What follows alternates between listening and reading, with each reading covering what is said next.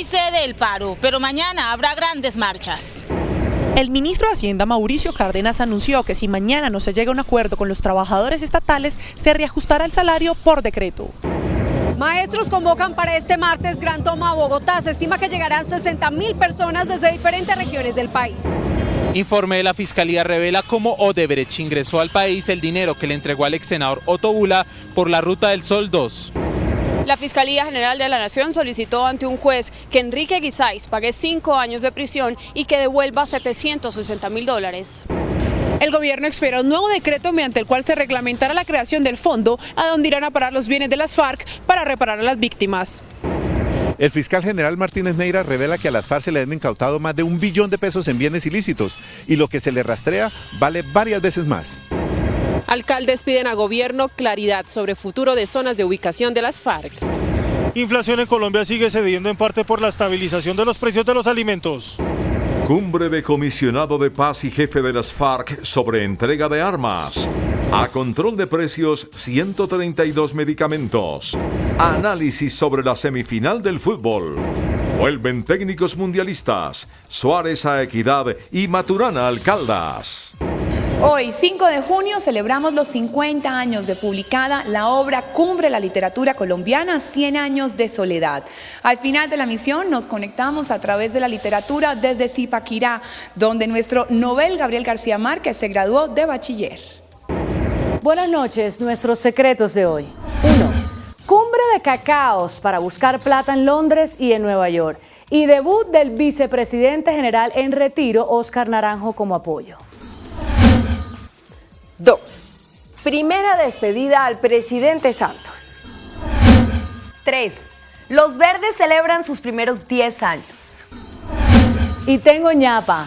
Comienza el lanzamiento de precandidatos. 1, 2, 3 y mi ñapa lanzadora al cierre.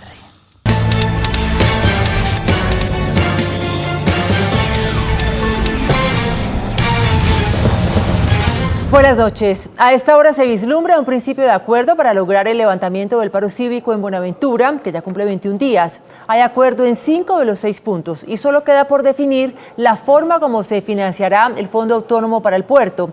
Sin embargo, mañana habrá marchas promovidas por diferentes representantes del sector sindical.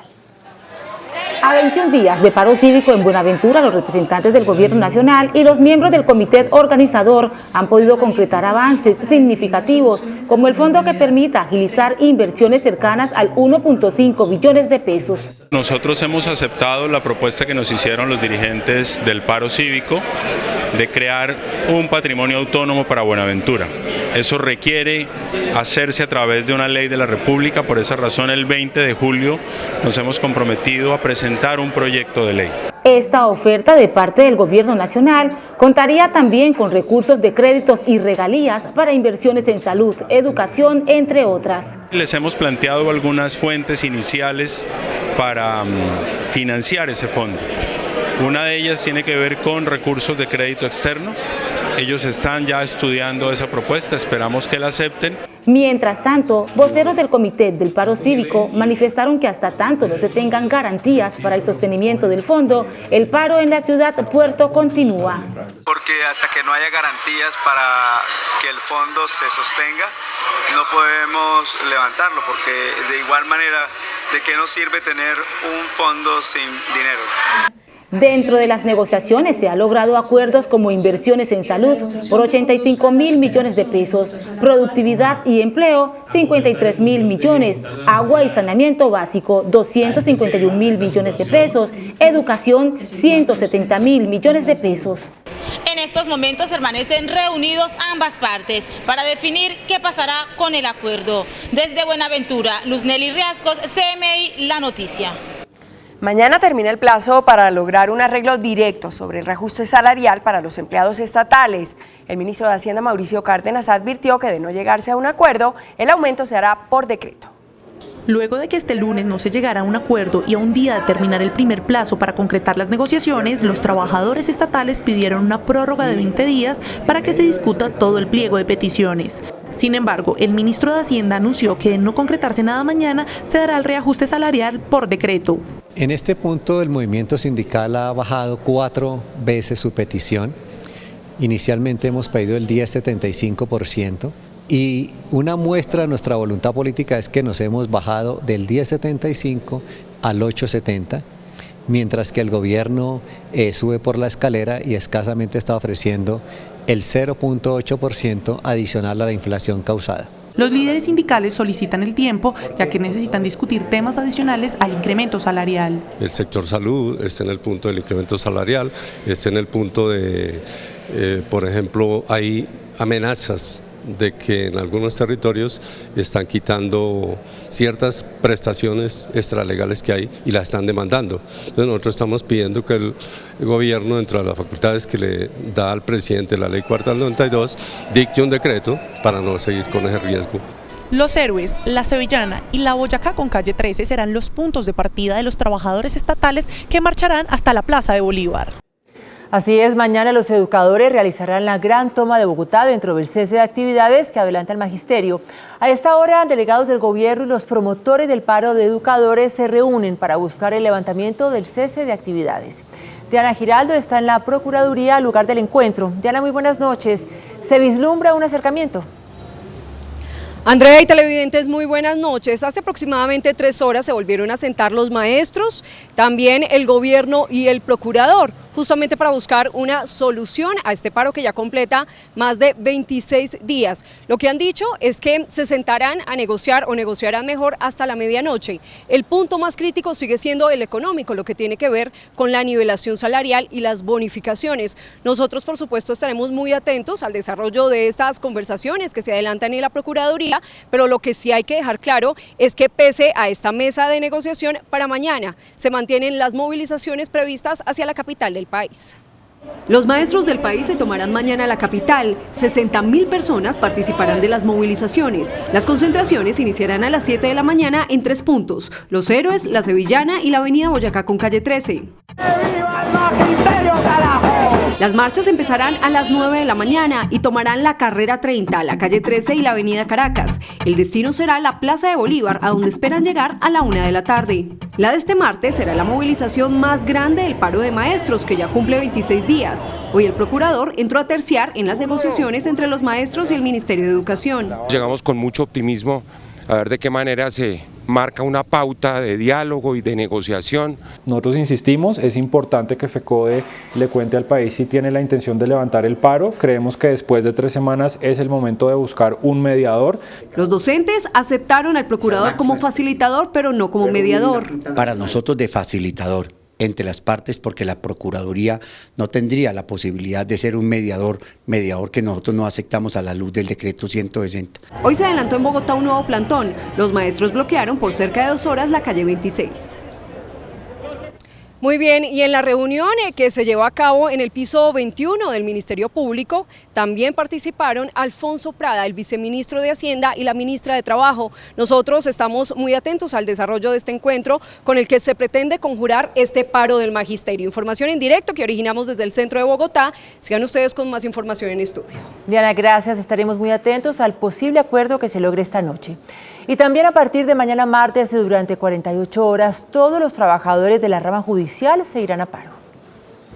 Mañana inicia el paro de 48 horas de toda la rama judicial en el país. Cerca de 2.000 audiencias se aplazarán, pues los funcionarios apoyarán las protestas de los estatales y los maestros en razón a que el gobierno nacional manifestó que no tiene recursos adicionales para realizar el incremento salarial de este 2017. El funcionario judicial se ha empobrecido su salario, pero también estamos reclamando más planta de personal. En tema de justicia estamos reclamándole también la calificación de jueces, la calificación de empleados, también estamos reclamando el fracaso de los centros de servicio. La mecánica del paro será la toma de las diferentes edificaciones judiciales en todo el país. El incumplimiento del gobierno nos lleva a continuar una protesta que no encuentra la voz de respaldo, no hay voluntad política del gobierno en solucionar este conflicto. Desde mañana y hasta el miércoles son unos 60.000 funcionarios judiciales los que no atenderán al público.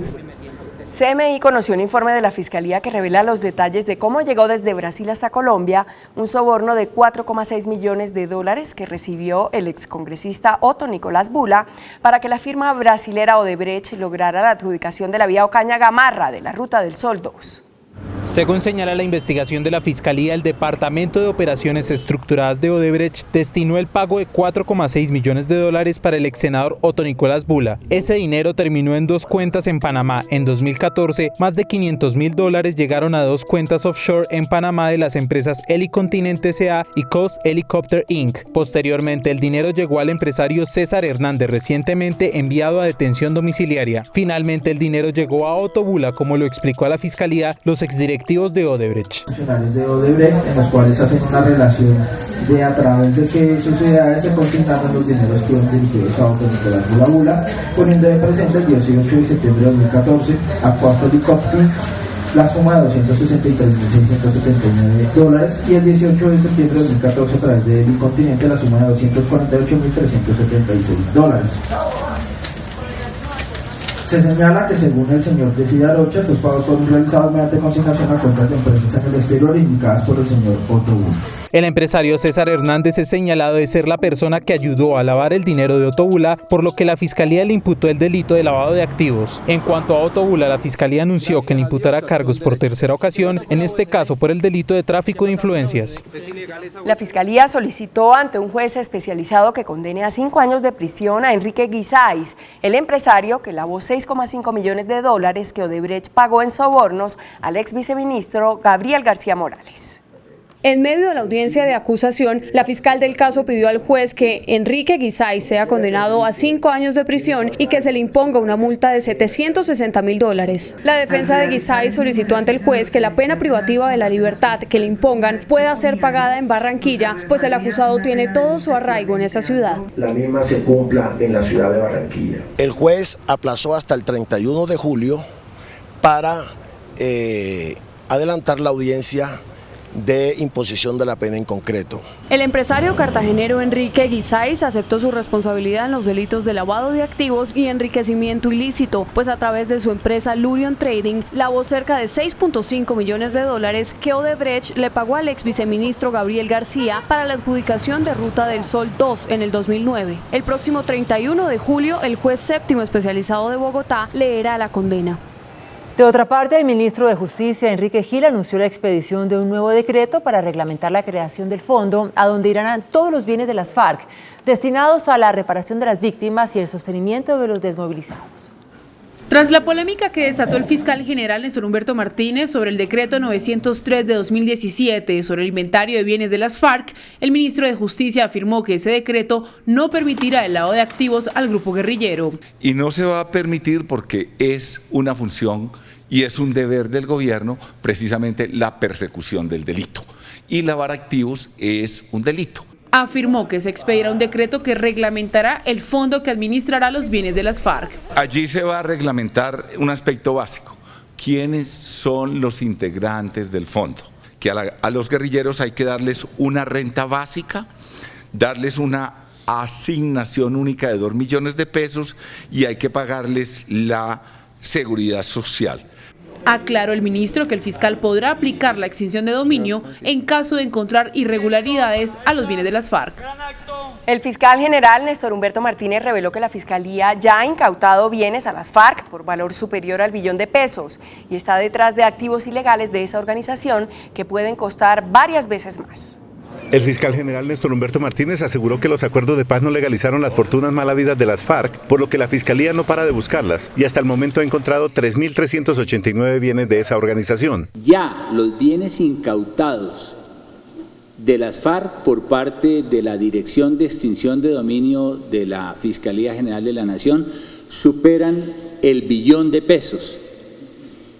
lo cual testimonia que los montos de los que estamos hablando están acreditados inclusive por operativos relacionados con extinción de dominio que ya se han llevado a cabo por parte de la Fiscalía General de la Nación. En lo corrido del año han sido incautados bienes de las FARC por más de $300.000 millones. Y debo decir que la extinción de dominio en este caso ha de continuar porque, como bien lo ha dicho y lo ha reconocido el gobierno en la mañana de hoy, la acción de extinción de dominio a cargo de la Fiscalía General de la Nación no ha sufrido ninguna merma, todo lo contrario. se ha consolidado. El fiscal también anunció que hay operaciones de búsqueda de los bienes de las FARC en el exterior con el apoyo de los Estados Unidos y gobiernos de Centroamérica. Entre los bienes de las FARC que rastrea la Fiscalía se encuentran más de 400.000 cabezas de ganado que fueron obtenidas mediante actividades ilegales.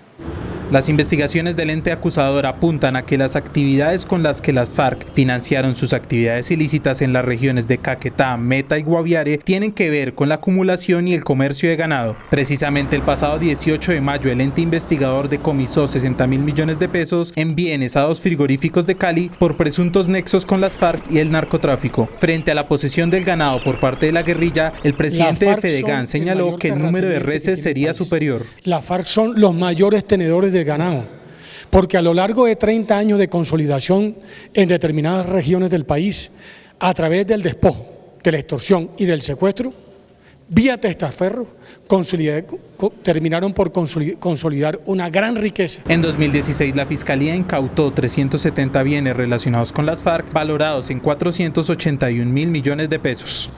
El procurador Fernando Carrillo le advirtió a los integrantes de las FARC que deben declarar los bienes que fueron obtenidos de manera ilícita, como quedó contemplado en el acuerdo de paz.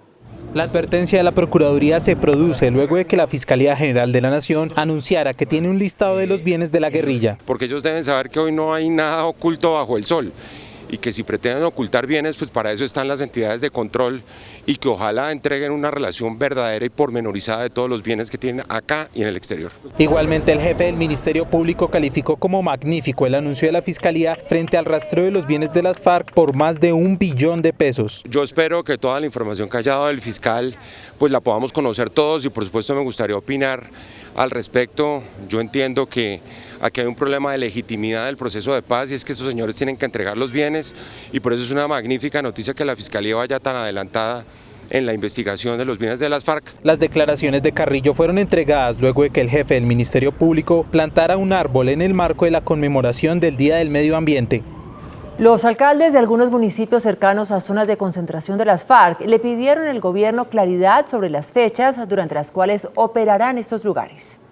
Las preocupaciones son de la alcaldesa del municipio de Policarpa en Nariño y de San Vicente del Caguán, Caquetá. Allí hay zonas veredales donde están ubicados miembros de las FARC. Pero hemos escuchado a través de los medios de comunicación que se extenderán 1 año más. Para nosotros es preocupante porque si bien es cierto, nosotros ya queremos terminar porque hemos tenido muchos problemas sociales y que esperamos pues que sea una respuesta positiva. Pero sí le pedimos y le hacemos el llamado al gobierno nacional para que se establezcan fechas claras. Esperamos que se dé un buen manejo para que no se abuse allí y que la autoridad territorial, que es el alcalde, los alcaldes, podamos nosotros hacer acompañamiento y seguimiento a los acuerdos. El alto consejero para las regiones señaló que desde el gobierno se les ha informado a los alcaldes sobre la ampliación de estas zonas. Y decirle a los alcaldes que tengan total tranquilidad, que desde la alta consejería del posconflicto, desde la alta consejería de regiones, vamos a estar acompañando para que ellos no tengan dudas en lo que va a pasar después de las zonas veredales, que es su gran preocupación.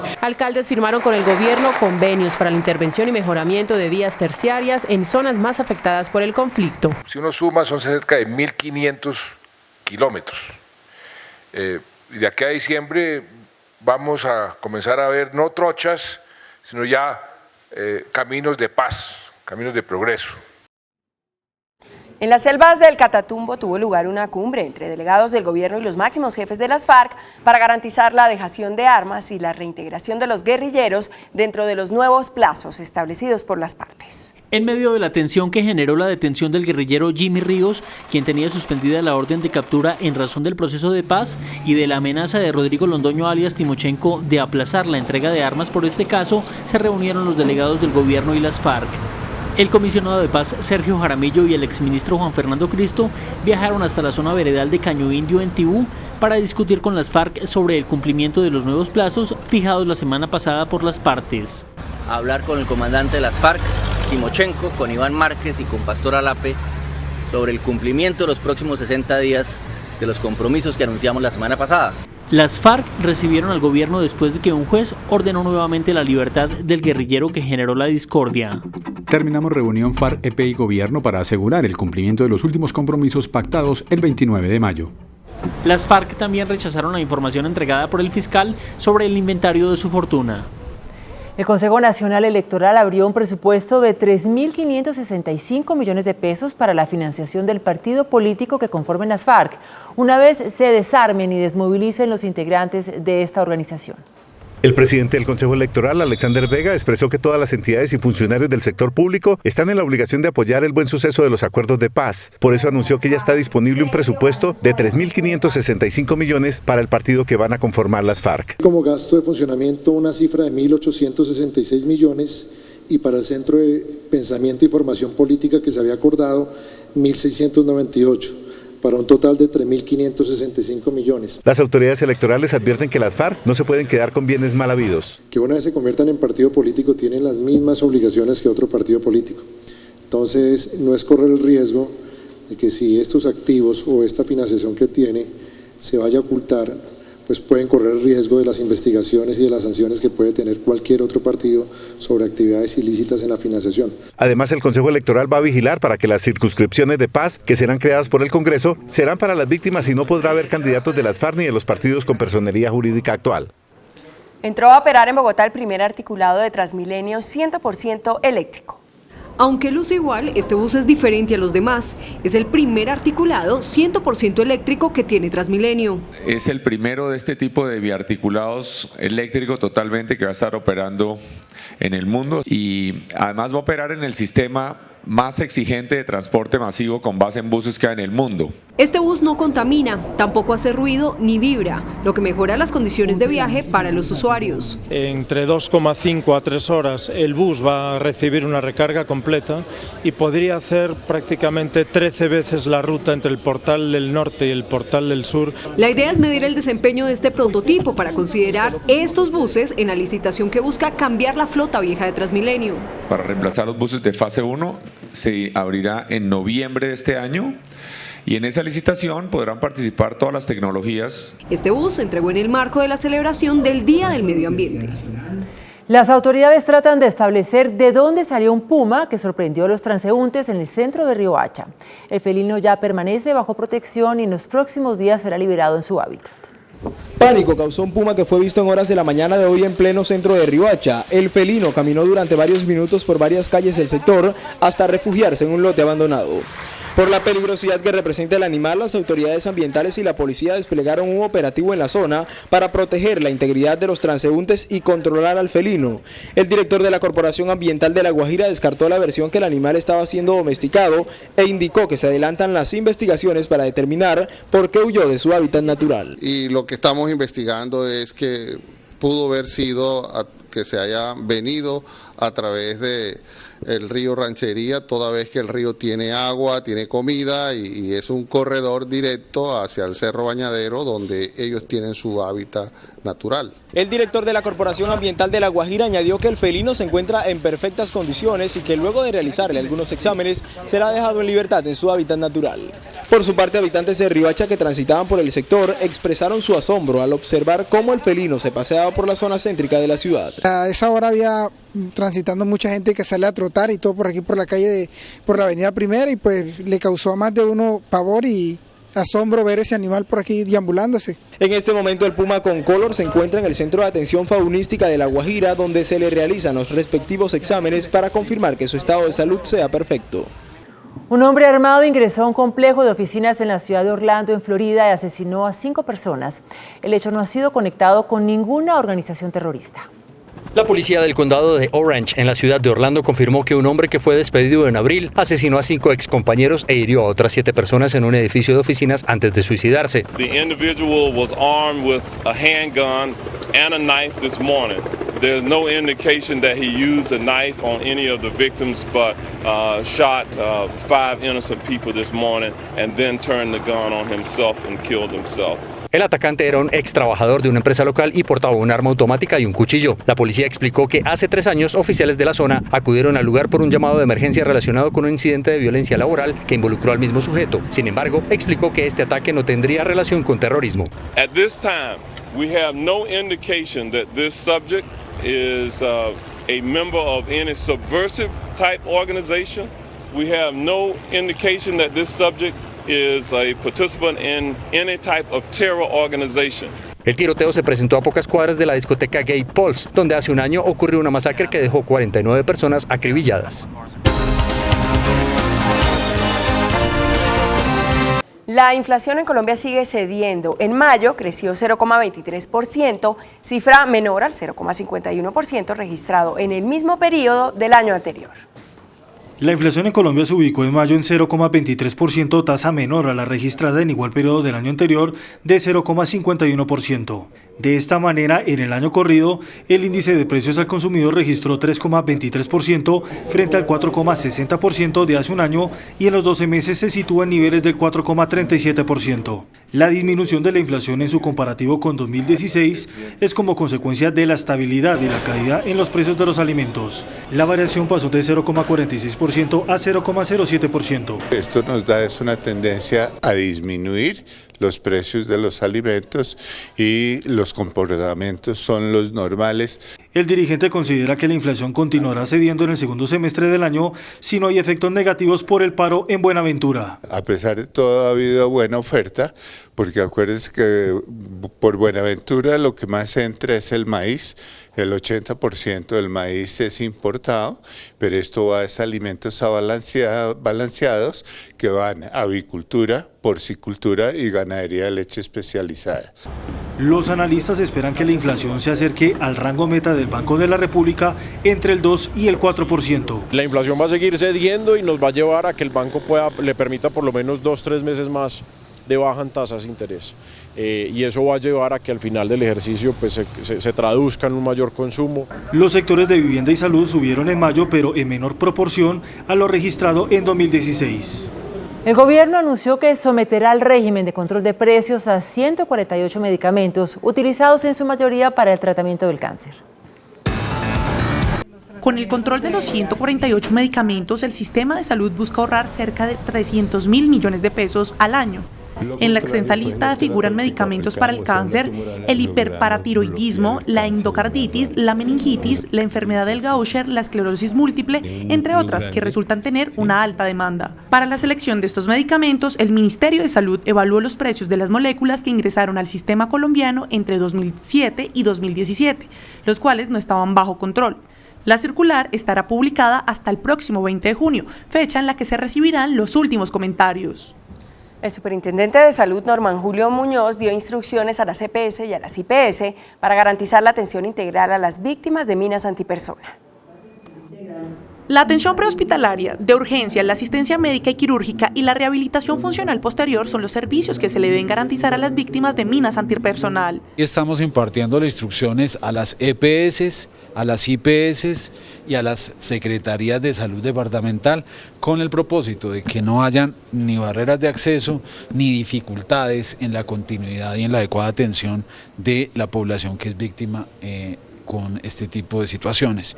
Por su parte, el alto consejero para el posconflicto habló de la reducción de víctimas por minas antipersonal. Se ha pasado en el año 2006 de tener 1.300 víctimas de minas a el periodo de enero a abril de este año, que hay menos de 15. A la fecha hay 52 millones de metros cuadrados con minas antipersonal, de los cuales están siendo intervenidos 23 millones de metros cuadrados, es decir, el 44%. El presidente de la Asociación Colombiana del Petróleo, Francisco Lloreda, advirtió que la industria está bajo amenaza por las consultas populares que buscan prohibir los proyectos de exploración y explotación de hidrocarburos en varias regiones del país. Tras la consulta popular en Curumalmeta, la Asociación Colombiana del Petróleo se declaró una amenaza para el desarrollo de los proyectos de hidrocarburos en el país. A la fecha hay más de 40 procesos similares a lo largo del territorio nacional que pondría un freno a la dinámica del sector. Por ello se considera que el tema es preocupante, ya que no hay estabilidad jurídica, lo que podría poner en riesgo inversiones por 4.700 millones de dólares y la autosuficiencia para los próximos años. A través de una campaña de desinformación sobre los impactos ambientales de la industria, lo que han buscado y lo que han logrado es generar miedo y engañar a la gente. El gobierno por lo pronto garantiza que las consultas populares no afectan los proyectos que ya se han adjudicado. En ese sentido, en la situación de Cumaral se podría seguir operando. Los derechos contractuales establecidos previamente a la decisión a través de la consulta popular se tendrían que respetar y de tal forma que la compañía podría adelantar. Eso lo dijo claramente el Consejo de Estado la semana anterior. Sin embargo, la adjudicación de nuevos proyectos queda en riesgo. Para esto se dará celeridad al proyecto de ley en el Congreso. Esperamos en la próxima legislatura salga adelante y de una vez por todas clarifique este nivel de competencia y estas tensiones que se están generando. Las empresas seguirán acudiendo a acciones legales para enfrentar decisiones en contra del sector. Un estudio de la Contraloría General de la República concluyó que hay insuficiencia petrolera para abastecer la carga de las refinerías del país en el año 2021. El informe cita que desde 2019 Ecopetrol perdería la autosuficiencia, es decir, que dejaría de producir suficiente cantidad de crudo de su propiedad. La Contraloría asegura que deben ser la oferta y la demanda las que determinen el precio de la gasolina y el ACPM en estaciones de servicio, permitiendo la libre importación. Asimismo, cita que no hay fuente de ingresos que sustituya la renta petrolera, que se deben liberar el precio de los combustibles y adoptar medidas que incentiven la actividad petrolera. Por último, el informe señala que de cumplirse el pronóstico se caerán las exportaciones de petróleos y derivados y se comenzaría a importar crudo en mayores cantidades. La Aeronáutica Civil promulgó una nueva reglamentación para el viaje de menores de edad. La nueva reglamentación de la Aeronáutica Civil busca frenar el transporte aéreo ilegal de menores de edad. Para ello se fortalece la presentación de los documentos a la hora de abordar un vuelo. Se estableció 2 rangos de edad, el primero va hasta los 7 años y se exige el registro civil original. Y para los menores de 7 a 17 años se exige la tarjeta de identidad. Ya para mayores de edad se exige ya sea la cédula de ciudadanía y si no cuenta la persona con este documento se acepta ya sea la libreta militar o la licencia de conducción. La verificación de estos documentos se llevará a cabo en los puntos de atención de las aerolíneas en los aeropuertos del país. El índice de capitalización de la bolsa que mide el comportamiento de las 20 principales acciones cerró al alza. El índice de capitalización de la Bolsa de Valores de Colombia subió 0,23% a 1.445 puntos. La acción que más subió fue la de Ecopetrol con una valorización del 3% a 1.375 pesos. La acción que más cayó fue la de Corfi Colombiana con una pérdida de 3,51% a 26.400 pesos. La acción más transada de la jornada fue la de Cemex al movilizar más de 36.000 millones de pesos. El precio del dólar reportó una ligera alza. Indicadores económicos del día en CMI. La tasa representativa del mercado que regirá para mañana martes será de 2.895 pesos con 85 centavos. En promedio, los profesionales del cambio compran la divisa en 2.740 pesos y la venden en 2.770 pesos. Un euro cuesta 3.245 pesos con 30 centavos. La libra de café en Nueva York se cotizó a $1 con 28 centavos. El azúcar se transó en 13,86 centavos de dólar la libra. El barril de petróleo WTI se cotizó en $47 con 45 centavos. Una acción de Ecopetrol cuesta 1.375 pesos. Por fin, Bob Dylan envía sus palabras de agradecimiento y aceptación por el Premio Nobel de Literatura a su mejor estilo. Después de comerciales nos conectamos con esa noticia desde la casa de Gao en Zipaquirá, que esconde algunos tesoros de nuestro Nobel en su época de bachiller. Hola, muy buenas noches para todos, me encanta saludarlos. Hoy nos conectamos a través de la literatura desde la casa de Gabo en Zipaquirá. Este lugar antiguamente era el Liceo de Varones, donde Gabriel García Márquez cursó sus últimos 4 años de bachillerato. Aquí se esconden algunos tesoros de esa época de nuestro Nobel, que hoy brillan más que nunca cuando se celebran los 50 años de publicada su obra más importante, 100 años de soledad. Gabo llegó a Zipaquirá por equivocación. Su destino final era Bogotá, pero cursaba el año de 1943 y la difícil situación política lo desvió hasta este municipio. Nada en la vida sucede sin razón. Gabo encontró en el frío, verde y calmado municipio un lugar ideal para la lectura y sus primeros escritos. Se graduó el 12 de diciembre de 1946 y como él lo reconoce en su escrito Vivir para contarlos, aquí fue donde él mayormente fue influenciado por un maestro que tuvo, Carlos Julio Calderón Hermida. Era su profesor de literatura y lo indujo a la narrativa porque descubrió de un comienzo en él una capacidad y un talento extraordinario. Varios espacios del Liceo de Varones, institución pública, permanecen intactos para conocer la vida de nuestro Nobel en sus últimos 4 años de bachillerato. En la parte académica él era una persona que sobresalía en todo el tema de la literatura, por supuesto, y tenía un liderazgo, era un líder, empezó a escribir, escribió en el periódico del liceo, no tuvieron varias ediciones porque pues por el tema político parece que no tuvo más posibilidades. La máquina de escribir donde redactó su primer artículo, el escritorio donde recibía las clases y fotografías con sus compañeros son algunos de los tesoros que aquí viven. En Aracataca nació el ser humano, pero en Zipaquirá el escritor. Así celebramos 50 años de publicada 100 años de soledad, la obra más importante de la literatura colombiana. Y seguimos hablando de galardonados del Premio Nobel de Literatura, pero esta vez del norteamericano Bob Dylan, quien ha sido el más reacio a recibir este reconocimiento. El artista, por fin, después de muchísimo tiempo, envió un audio de aceptación por la distinción. When I received the Nobel Prize for Literature, I got to wondering exactly how my songs related to literature.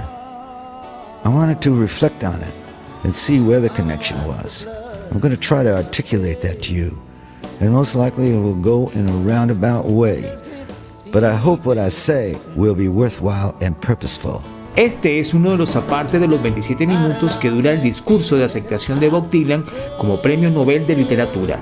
Audio que fue publicado en el canal oficial de YouTube de la Academia Sueca, siendo este el último requisito de la estrella para poder cobrar los 819.000 euros que acompañan al premio.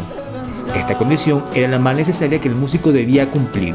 Sin embargo, el cantautor de 76 años se hizo esperar. Recordemos que no participó en la gala de entrega del reconocimiento en diciembre de 2016 porque tenía otros compromisos que se lo impedían. En el discurso revelado, el músico exalta además a grandes obras literarias como El Quijote, Moby Dick y La Odisea. Estamos a pocos días de que inicie la temporada de vacaciones de mitad de año y hay un estilo que es perfecto para cualquier clima. Se trata del boho chic, que reúne diferentes corrientes fashionistas. La moda boho chic nace después de todo el movimiento cultural de los años 60 y 70. Celebridades como Sienna Miller, las gemelas Olsen y Tatiana Santo Domingo han impulsado esta tendencia. Podemos identificar muy bien esta tendencia por los encajes, por los tonos pasteles, por los estampados étnicos, la gamuza, por ejemplo. La esencia del espíritu bohemio se basa en el uso de prendas cómodas y las joyas se convierten en el complemento perfecto. Importante tener en cuenta, no nos disfracemos de hippies. Tratemos de utilizar prendas que tienen estos elementos y combinarlos con otras prendas. Más allá de la moda, esta tendencia también se extiende a la decoración, la música y a un ambiente determinado. Esta es otra noticia hoy en el mundo del entretenimiento. Luego de los trágicos hechos que cobraron la vida de dos miembros de la producción, entre ellos un piloto colombiano, en las montañas del municipio de San Pedro de los Milagros, en el departamento de Antioquia, Tom Cruise revela las primeras imágenes de su polémica película titulada American Made, grabada en su totalidad en Medellín y sus alrededores. Basada en hechos reales, American Made cuenta la historia del piloto Barry Seal, reclutado por la CIA para aportar información de primera mano en la investigación sobre la presencia comunista en Centroamérica, pero quien en ese proceso se convierte en el piloto del líder del cartel de Medellín, Pablo Escobar. 1.500 kilos. That's 1,500 kilos, Barry, in one go. Get it done. Protagonizada por Cruise, la película es recreada en la década de los 70. American Made se estrenará el próximo 29 de septiembre en todo el mundo. Desde el pupitre de nuestro Nobel de Literatura, Gabriel García Márquez, me despido por hoy. Nos conectamos mañana en las noticias del entretenimiento. Que sueñen bonito y gracias por acompañarme. En Estados Unidos, Bill Clinton, candidato demócrata a la presidencia, estuvo como invitado en un show y terminó de protagonista. Vean lo que hizo.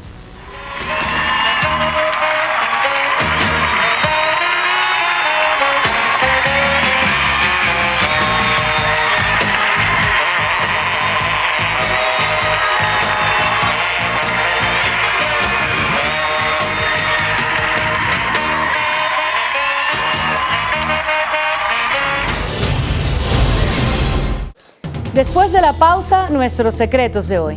1. Cumbre de cacaos para buscar plata en Londres y en Nueva York. Y debut del vicepresidente general en retiro, Óscar Naranjo, como apoyo. 2. primera despedida al presidente Santos. 3. Los verdes celebran sus primeros 10 años. Y tengo ñapa. Comienza el lanzamiento de precandidatos. 1, 2, 3 y mi ñapa lanzadora después de comerciales.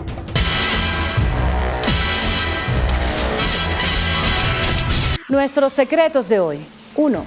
Cumbre de cacaos para impulsar la economía y con el general Óscar Naranjo a bordo. Nunca antes los hombres de negocios más poderosos del país se habían unido para salir en búsqueda de inversión extranjera y darle un empujón a la economía colombiana. Por iniciativa del presidente de la Bolsa de Valores de Colombia, Juan Pablo Córdoba, 25 de los llamados cacaos, dentro de los que se encuentran Luis Carlos Sarmiento Gutiérrez, Jorge Mario Velázquez, David Bojanini, Efraín Forero y Juan Carlos Mora, viajarán el lunes a Londres para adelantar una maratón de negocios con representantes de las más importantes empresas del Reino Unido. Serán cerca de 300 citas de negocios que se complementan con un foro en el London School of Economics al que asistirá el ministro de Hacienda Mauricio Cárdenas. La maratón de los cacaos se repetirá el jueves 15 de junio en Nueva York. En Wall Street se reunirán con representantes de las principales empresas norteamericanas. Allí los acompañará el vicepresidente general en retiro, Óscar Naranjo, quien debuta en estos menesteres de la economía. La meta de esta maratón es atraer $10.000 millones en inversión extranjera. 2. Falta más de un año para que termine el mandato del presidente Santos y ya le hicieron su primera despedida, mejor dicho, su primer homenaje. En la clausura de la convención bancaria, el jefe de Estado hizo un balance del crecimiento y el manejo de la economía en sus casi 7 años de gobierno. Al final de su intervención, el mandatario fue ovacionado por el gremio. En el auditorio estaban los presidentes de los bancos más importantes del país y el Premio Nobel de Economía 2015, Angus Deaton, quien también se puso de pie para aplaudir al presidente. Pues esta fue la despedida de los bancos, porque parece que fue su última participación en la convención bancaria como presidente de la República. 3. El Partido de los Verdes celebró hoy sus primeros 10 años de existencia. Fue creado el 5 de junio del año 2007 por el exministro Jorge Eduardo Londoño y por Carlos Ramón González, exmilitante del M-19. Más tarde a él se le unieron Antanas Mockus, Lucho Garzón, Enrique Peñalosa y Sergio Fajardo. Hoy ninguno continúa. Mockus no está activo políticamente. Lucho ingresó al santismo. Peñalosa fue avalado por Cambio Radical para alcalde y Fajardo está armando su movimiento que se llama Compromiso Ciudadano. Es decir, los 4 haces que prácticamente le dieron fuerza al Partido Verde se fueron, pero otros llegaron. Hoy son verdes los senadores Claudia López de Bogotá, Antonio Navarro de Pasto, Jorge Iván Ospina de Cali y Jorge Prieto de Yopal. También son verdes los representantes Angélica Lozano de Bogotá, Ángela María Robledo de Bogotá e Inti Asprilla de Bogotá. Los verdes tienen 3 gobernadores, Camilo Romero de Nariño, Carlos Amaya de Boyacá y Sorrel Aroca del Putumayo. En Bogotá tiene 6 concejales, entre ellos Antonio Sanguino, quien es su presidente. ¿Por qué el Partido Verde se volvió Alianza Verde? Porque se integraron sectores nuevos, encabezados por dirigentes como Antonio Navarro, Luis Carlos Avellaneda y Roberto Sáenz, hermano de alias Alfonso Cano, abatido ex jefe único de las FARC. Los 3 procedentes del Polo Democrático. Primera conclusión, el Partido Verde, que tiene una clara ascendencia de centro-izquierda, ¿convencerá a los del centro como Fajardo? Y tengo ñapa. En su celebración hoy de sus primeros 10 años, los verdes formalizaron el lanzamiento de 2 precandidatos presidenciales. Escogieron a los senadores Claudia López y Antonio Navarro. Uno de los 2 será elegido en la Convención Verde de octubre como candidato oficial a la presidencia de la República de ese grupo político. La propuesta de los verdes es que todos los precandidatos de centro-izquierda se sometan a una consulta electoral que se realizaría con las elecciones de cuerpos colegiados en marzo del año entrante. el ganador se enfrentará en la primera vuelta presidencial de mayo del año entrante a los demás candidatos presidenciales. El gran problema está en que Sergio Fajardo, favorito de muchos, acepte someterse a semejante consulta. Hasta ahora, como es propio del comportamiento político de Fajardo, no ha dicho ni que sí ni que no, ni siquiera sí quizá. Dice que la idea es buena, que hay que estudiarla, que tal vez sí, que tal vez no. La verdad es que como buen matemático, Fajardo es muy pragmático. Él cree que tiene el apoyo nacional suficiente para lanzar su candidatura sin correr el riesgo de que Clara o Claudia o Navarro o Robledo lo saquen del ruedo. Y Clara, Claudia, Navarro y Robledo están esperando que no sea Fajardo el que lo saque a ellos. Y que Fajardo deje de ser tan Fajardo. Hasta mañana. Que descanse. Hasta aquí las noticias, gracias y buenas noches. Nos vemos mañana, como siempre, en CMI La Noticia.